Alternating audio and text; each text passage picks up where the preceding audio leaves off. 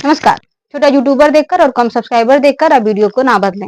अगर आप इस वीडियो को पूरा देख लेते हैं तो ट्रॉपिकल फॉरेस्ट फॉरएवर फैसिलिटी क्या होता है आपको अच्छी तरीके से समझ में आ जाएगा। तो चलिए वीडियो की शुरुआत करते हैं। हम बात करते हैं ट्रॉपिकल फॉरेस्ट फॉरएवर फैसिलिटी, जिसे हम हिंदी में उष्णकटिबंधीय वन सदैव सुविधा कहते हैं। ये होता क्या है, ये क्या होता है और क्या काम करता है।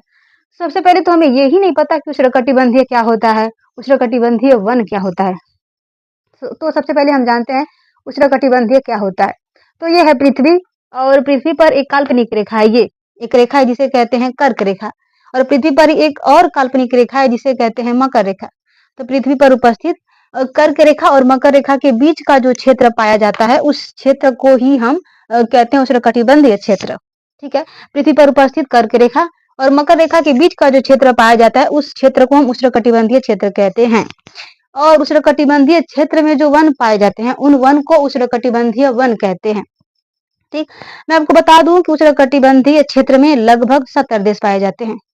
अब सवाल आया कि आखिर लगभग 70 क्यों? क्योंकि देखिए, उष्णकटिबंधीय क्षेत्र है वो पृथ्वी के एक बहुत बड़े इस हिस्से को कवर करता है।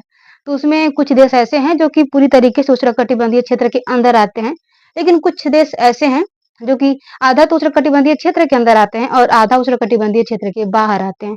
जैसे जैसे अगर हम भारत की बात कर लें तो ये रहा भारत, और भारत के बीचों बीच से गुजरती है कर्क रेखा। ठीक।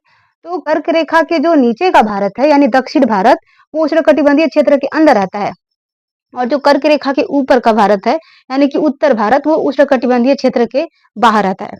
तो उष्णकटिबंधीय क्षेत्र में जो जितने भी देश हैं 70 देश, उन 70 देशों में वन की सुरक्षा करने के लिए ये जो ट्रॉपिकल फॉरेस्ट फॉरएवर फैसिलिटी है वो वैश्विक वित्तीय व्यवस्था देती है, यानी कि उन देशों को पैसा देती है, वित्तीय सहायता देती है कि तुम लोग अपने देश में वनों की सुरक्षा करो और वनों का बचाव करो। उष्णकटिबंधीय वन वाले 70 से अधिक देशों में आर्थिक प्रोत्साहन देता है ताकि वनों की रक्षा हो सके। ठीक है। उष्णकटिबंधीय क्षेत्र में जितने भी देश पाए जाते हैं उन सभी देशों को ये बॉडी पैसा देती है। पैसा क्यों देती है? पैसा इसलिए देती है कि तुम क्या करो कि अपने देश में जितने भी वन है उनको बचाओ। ठीक है। और उन्हें काटने से बचाओ, उनको पूरी तरीके से उनकी सुरक्षा करो। ये पुरस्कार देती है यानी कि पुरस्कृत करती है पैसा देकर। क्यों पैसा देती है? जो देश पहले के मुकाबले अपने देश में पेड़ों की संख्या बढ़ा चुके हैं उन देशों को पैसा देती है। अब ट्रॉपिकल फॉरेस्ट फॉरएवर फैसिलिटी की शुरुआत ब्राजील ने की थी। ब्राजील की बात करें तो दक्षिण अमेरिका महाद्वीप में स्थित एक देश है ब्राजील।